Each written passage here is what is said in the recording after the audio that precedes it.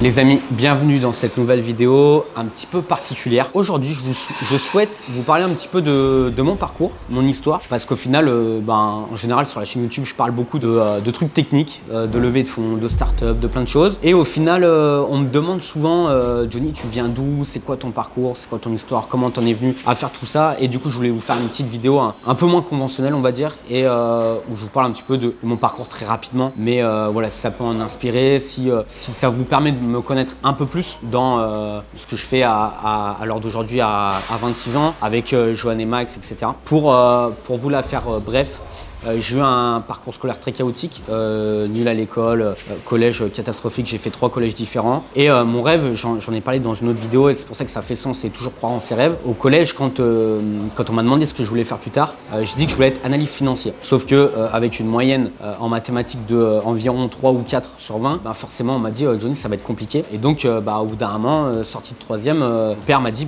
écoute Johnny, c'est bien beau, mais à un moment donné, va falloir que tu fasses quelque chose. Donc à l'époque, j'étais passionné de moto et j'ai dit je vais faire mécanicien moto, c'est simple, je vais faire un CAP et ça va le faire, normalement je devrais pas avoir de mal. Donc je galère à trouver une alternance. Je trouve une alternance sur Saint-Raphaël où je commence mes premiers pas en mécanique moto. J'avais 15 ans, je commençais très tôt. Je travaille, donc je passe mon CAP, ça se passe bien, etc. Je me dis tiens, je vais faire un bac pro, je sens mal lancé. Je m'étais arrangé avec mon ancien patron où il y avait possibilité de reprendre le garage, etc. après. Donc j'avais mon petit train de vie et tout, c'était cool. Et première année de bac pro, malheureusement on me diagnostique le syndrome du canal carpien à la main gauche et une défaillance du nerf interosseux sur le dessus du poignet. Donc je vais voir plusieurs chirurgiens et au final on me dit malheureusement Johnny, va falloir qu'on t'opère, mais c'est une opération qui prend, tu vas te faire opérer, ça te prend une demi-journée et en gros au bout de 3 semaines, t'es remis sur pied, il n'y a pas de souci et tout. Donc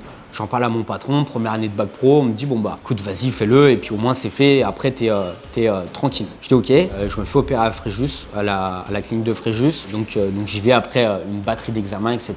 Je me fais opérer et malheureusement après l'opération, mes doigts bougent pas, ma main bouge pas, je prends des grosses douleurs au bras et au final il s'avère qu'on m'a loupé à l'opération et que j'ai fait une algoneurodystrophie, pour ceux peut-être qui connaissent, donc du bout des doigts jusqu'à l'épaule, ce qui fait que ça m'handicape. Je suis reconnu travailleur handicapé. Je reste 2 ans en arrêt maladie, je reste 2 ans au chômage. On me dit du coup travailleur handicapé, tu peux plus être mécanicien moto, va falloir faire autre chose. Donc moi, mon seul bagage en poche, c'était un CAP mécanique moto. Sachant rien faire d'autre, je reste chez mes parents et je fais rien de ma vie. Et je me dis je suis au chômage, je vais trouver un truc à faire, je m'intéresse à pas mal de petits trucs. Et il m'arrive un truc, c'est l'anniversaire de ma soeur, le 27 août. Et vers le 20 août, je dois lui offrir un cadeau et ma soeur rêvait d'avoir un nouveau téléphone. Et j'avais pas d'argent à ce moment-là et je me dis tiens, je vais lui acheter un iPhone cassé et je vais le refaire. Je pense que je devrais me débrouiller, je suis un peu débrouillard et ça devrait le faire. Donc je vais sur le bon coin et je trouve un iPhone cassé, un iPhone 6, je l'achète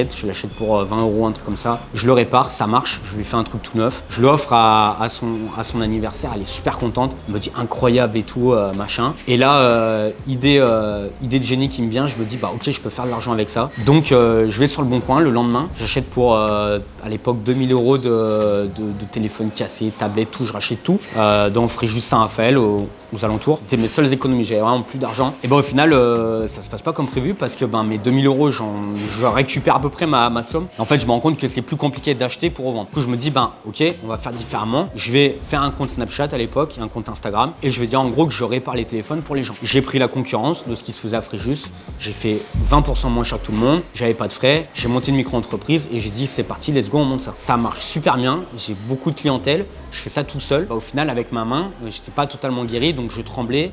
Donc c'était dur avec les petites vis et tout machin. Donc je me dis, il y a un business. Je sens que j'ai de l'argent à faire là-dedans, mais tout seul c'est compliqué. Donc je m'associe avec un ami à moi. Si on regarde cette vidéo, petit clin d'œil à toi. En gros, je lui dis écoute, mec, on peut faire de l'argent, je trouve un truc, faut que tu répares les téléphones. Lui, il savait un petit peu, il le faisait un peu aussi de son côté. Et je lui dis, moi écoute, j'ai la clientèle, je m'occupe du stock, je m'occupe des clients, je m'occupe de tout. Et toi, tu répares. Donc en fait, comment fonctionnait? Toute la semaine, je faisais une prospection client parce que lui, il avait un job à côté. Donc je récupérais tous mes clients la semaine, donc je faisais des stories, je faisais des trucs, j'allais voir des gens, etc. Et je planifiais mon week-end, donc du samedi matin, on commençait à 7 h du mat jusqu'au dimanche soir et on réparait tous les téléphones. Donc les gens venaient chez mes parents, ils se garaient devant chez mes parents, on les accueillait, on prenait les téléphones, on montait dans ma chambre. Moi, j'avais viré toute ma chambre, j'avais fait des grands bureaux et tout. J'avais tout viré, j'avais tout bien aménagé. Et lui, il avait son poste, moi j'avais le mien. Donc moi, je posais les verres trempés, les petits trucs sympas, je lavais les téléphones, tout ce que je pouvais faire avec les mains. Et lui, réparait.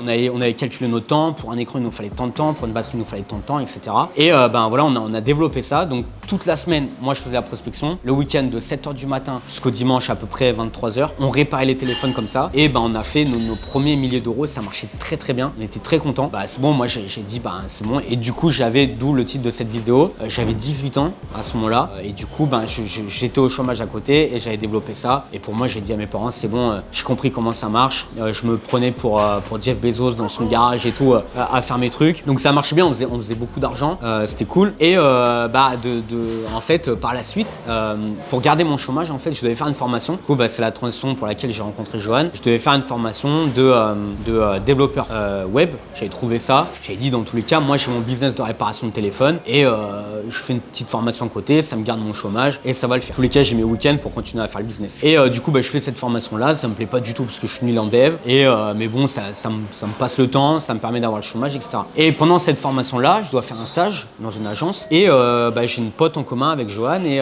je dis, écoute, moi, il me faut une formation de dev web, mais en vrai, il faut que je dise au mec qui me prend en stage que j'ai pas le temps parce que j'ai mon business à côté. Écoute, je connais un mec sur Antibes, ça peut le botter. Et je rencontre Johan, ça match complètement et il me dit, ok, viens. Et du coup, je dis, écoute, Joe, par contre, moi, j'ai mon business de téléphone à côté, donc faut que je parte à l'heure. C'est pas que je suis un feignant, mais c'est que j'ai un business à faire tourner. Et le week-end, je répare les téléphones. Il dit, ouais, ok, y a pas de souci. Donc voilà, on fait notre petit bonhomme de chemin et à la fin du stage, il me dit, écoute, en vrai, ça te dit qu'on monte un truc ensemble. Et en fait, avec Johan, on a eu coup de cœur amical. Maintenant, on est très proches pour ceux qui nous connaissent. Et du coup, on a monté notre première agence et après, de fil en aiguille, toute l'histoire que vous connaissez avec Max, etc. Mais voilà, l'histoire même commence d'une boîte de réparation de téléphone suite à une opération qui a mal tourné, une dépression, etc. Et je vous passe tous les détails. Voilà, tout ça pour dire. Et maintenant, je suis forcément analyste financier, coach en levée de fonds, etc.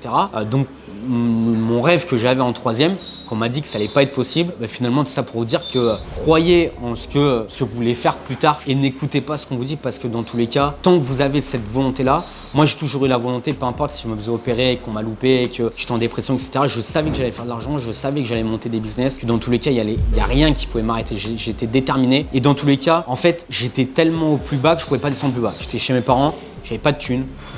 J'avais une main comme ça, j'étais travailleur handicapé, je pouvais même pas faire de l'intérim parce que je pouvais pas porter plus de 20 kilos, je pouvais strictement rien faire. J'étais inscrit dans toutes les agences d'intérim, tout le monde me refusait parce que je pouvais rien faire, j'avais pas de diplôme, j'ai un CAP mécanique moto mais je pouvais plus faire de mécanique moto, donc j'étais au fond du trou, je pouvais strictement rien faire. Donc j'avais pas le choix que de trouver un truc à faire parce que dans tous les cas personne pouvait me sauver. Et même mes parents ils m'ont dit écoute Johnny, c'est pas qu'on peut pas t'aider mais on peut rien faire donc trouve un truc. Et voilà, j'ai trouvé ça m'est tombé dessus et avec de la volonté, en tout cas, on fait de grandes choses. Voilà, c'était une petite vidéo comme ça, moins conventionnelle, comme j'ai dit, pour vous raconter un petit peu mon parcours, comment j'en suis arrivé là, à faire des vidéos à l'heure d'aujourd'hui sur des sujets très spécifiques financiers à 26 ans. Après, voilà, je me suis beaucoup formé tout seul avec des experts comptables, avocats. J'ai fait une formation HEC. Je suis en train de faire une formation de conseil en investissement financier. Voilà, maintenant, j'ai des formations, je me suis formé, j'ai lu beaucoup de livres, mais à la base des bases, je viens de nulle part. Donc, tout ça pour vous dire, si vous avez un rêve avec de la volonté, tout est possible.